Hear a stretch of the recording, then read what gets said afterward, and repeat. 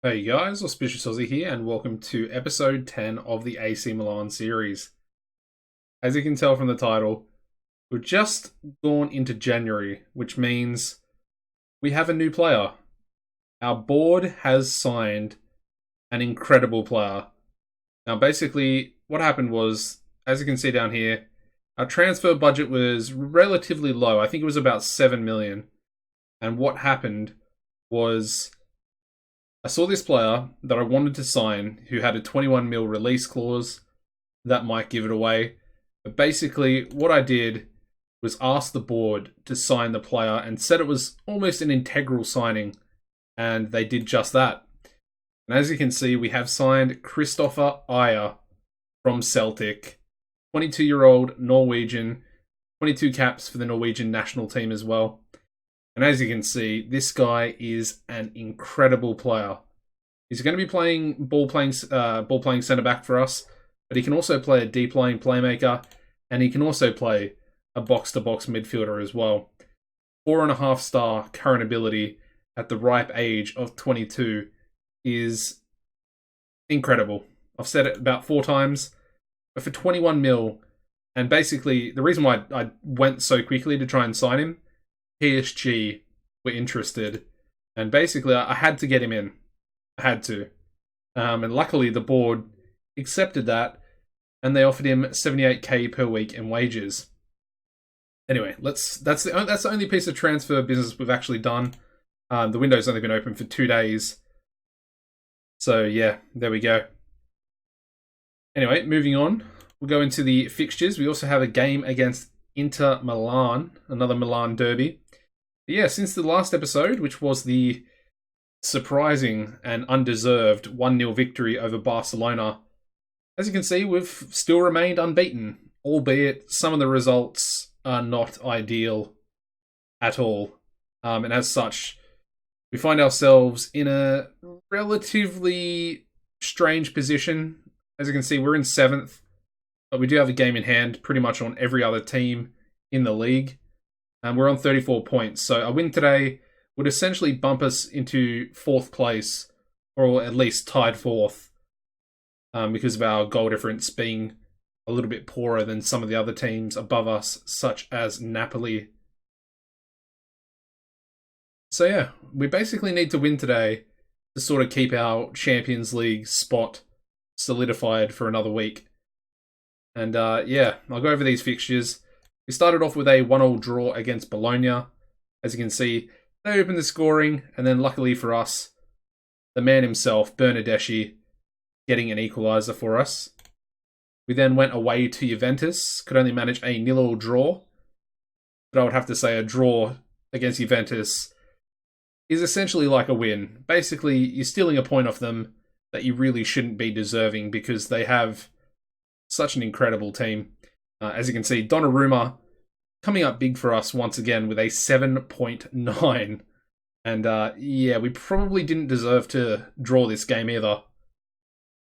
We followed it up with a 3-0 home victory against Genoa. Bernardeschi opening the scoring for us. Piatek got a penalty.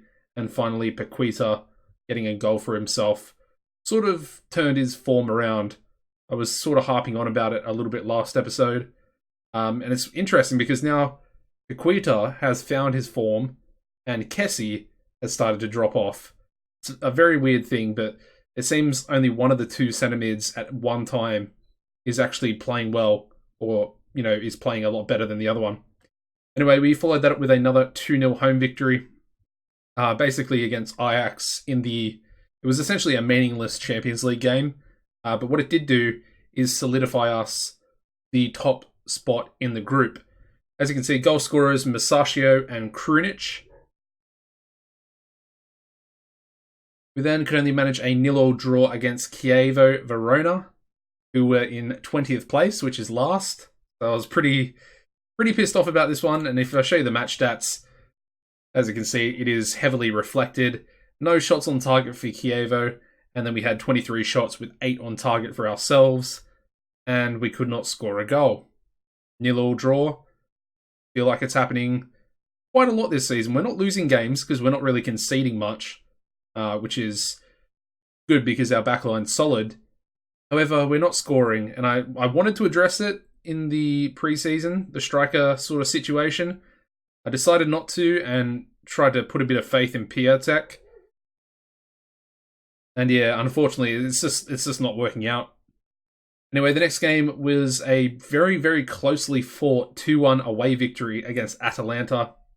As you can see, we actually went 2-0 up through Leao and Paqueta, but then they got a goal back in the 69th minute through Ronaldo Vieira, and they actually took us, pretty close to throwing away 2 points in this one. So I was pretty happy that we held on for the win, and I think it was a pretty vital 3 points when you consider how tight it is in the Champions League spots. We then managed to beat Torino just before the winter break. 1-0 victory here. Leao getting another goal for himself. He does score a few goals every now and then, Leao, but just not as consistent as he really needs to be for our starting striker. And of course, Piatek is just not a goal scorer. He looks like a goal scorer, but he's just not one. And yeah, we also played a friendly match to separate the 2 weeks of the winter break, just to get a few of the sort of backup players some fitness going into this second half of the season. Anyway, that leaves us with our lineup for today's game against Inter. Yeah, we're going to start Aya. So we're going to go with Donnarumma in goals, Calabria at right back, Aya and Romagnoli will be the 2 centre-backs today. We are currently trying to sell Musacchio. Reasoning behind this is the fact that he's on 66k per week, 30 years old. Don't get me wrong, he's very, very good. He's also the current vice captain of the club, which is going to be a little bit annoying and hard to replace. But yeah, he's 30. It was between him and Caldera, who's only 26, basically the same amount of wages. But I feel like this guy has just that little bit more upside. He's got time on his side. He's also got an extra 2 years on his contract. And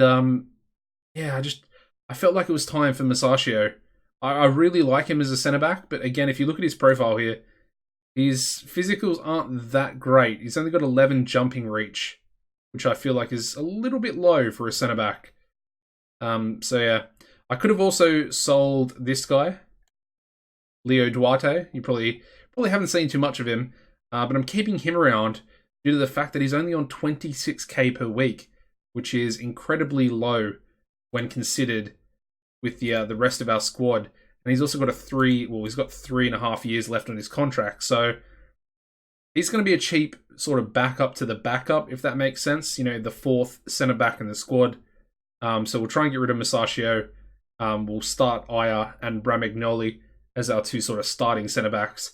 And then we'll keep Caldera as our backup, which is pretty much exactly what he's been. And he's actually performing quite well, as you can see there. Anyway, left back today is going to be Rodriguez. Going to go Benassa as our defensive midfielder, with Paqueta and Kessie sitting in front as the box-to-box midfielders. Sisto is going to be on the right wing, Bernardeschi on the left wing, Leao up front. The bench today is going to be Donnarumma, Caldera, Conti, Calhanoglu, Castillo, Rebic, Piatek, Musacchio, Laxalt, Krunic, Bar, and Kalu. Alrighty. Aya, let's give him... it doesn't really matter what we give him. Let's give him 25. We'll give him a proper squad number next season. And yeah, I guess, I'll go with this option.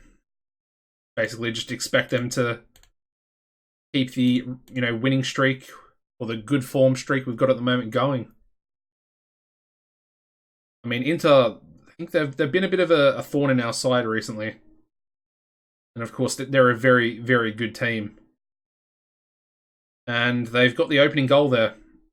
Within the first 4 minutes, Lukaku getting on the end of a pretty good save by Donnarumma. But unfortunately, he couldn't do anything but parry it straight to Lukaku. He was offside there, but he does get behind the ball. And that's super unfortunate.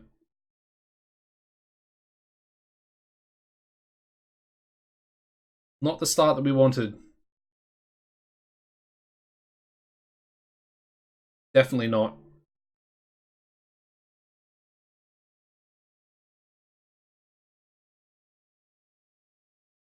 All right, Bernadeschi. Let's see if we can, get a quick reply and try and bring it level again. Benassa to Kessie. Rodriguez. Nice ball out wide to Sisto. Gets his cross in. Bernadeschi, get in there, son. His 10th goal of the season. Currently our leading goal scorer as well.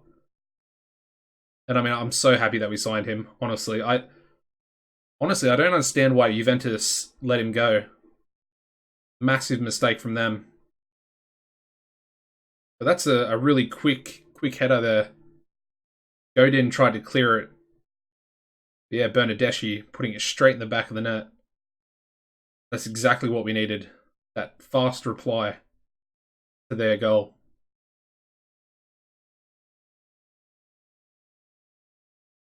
Alright, Benassa's picked up a yellow card here, so I'm going to ease him off. We actually had a player sent off. I think it was Kessie. Got sent off in the friendly game that we played a week ago against Inter. So we definitely don't want to... Oh, no. Oh, no. That's so bad. Poor Aya. He's brought his man down. They've got a penalty. But that was Romagnoli's fault all day long. And it's 2-1 to Inter. Oh, that's unfortunate. You see, Aya's going to be penalised for that in his rating. But I don't feel like that was his fault. Obviously, bringing the man down was not a good thing to do. But Romagnoli just... I mean, he just let the man go, more or less. I mean, it was pretty woeful defending from our club captain, so...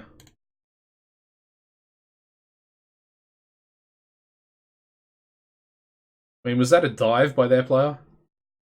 Kind of looked like it.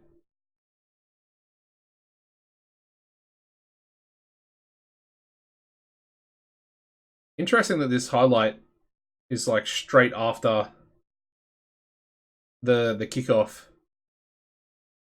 Ooh, Bernadeschi steals it away from Godin. Acres of space.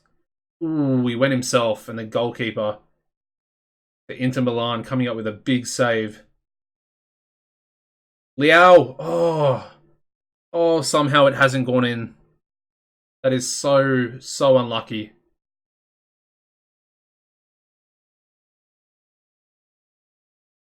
Yeah, that's really unlucky.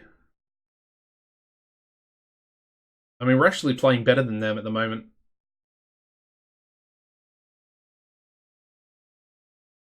I mean, look at Kessie. Kessie and Paqueta. Absolutely woeful. Both on 6.4s.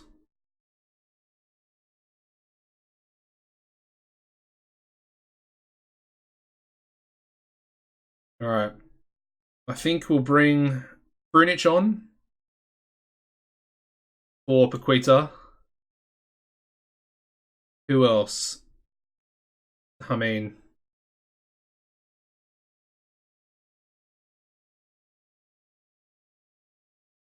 Let's bring Laxalt on for Rodriguez, actually. Laxalt's actually been playing pretty well when called upon. Let's just hope that today can be another decent performance by him. I'm going to push him forward. I have to give him that shout. Got to at least try and go for the draw here. I knew it was going to be a tough game. But I was just... Oh, that's so unlucky. You know, that stupid defending has cost us there. And I mean, it was essentially Romagnoli's fault. And we have lost the game 2-1. But I don't feel like we deserve to lose that game. Of course, Aya giving away the penalty, even though it wasn't exactly his fault. Oh, that's unlucky. That's very unlucky. I'm kind of depressed about that, actually. I really didn't think that we deserved to lose that game. I mean, the manager performance by the board, they're only on a C, which is not great. Albeit it hasn't really gone above a C plus the whole season. So, yeah, I don't know. It's obviously this season we've actually got higher goals. We're supposed to be qualifying for the Champions League, so I can go into it here and show you guys. A little bit frustrating. I'll go to the overview so you can get a more decent look at it. As you can see, first knockout round, we've done that obviously, and then we have to qualify for the Champions League, and as you can see, they're kind of disappointed about it. And they also want us to reach the semi-final of the TIM Cup, which is also going to be quite difficult, but, you know, we can probably do it. I think we did it last season as well. Anyways, that's going to wrap this episode up, guys. If you could drop a like on the video, it'd be much appreciated. Subscribe to the channel as well if you haven't already. And as always, take it easy and goodbye.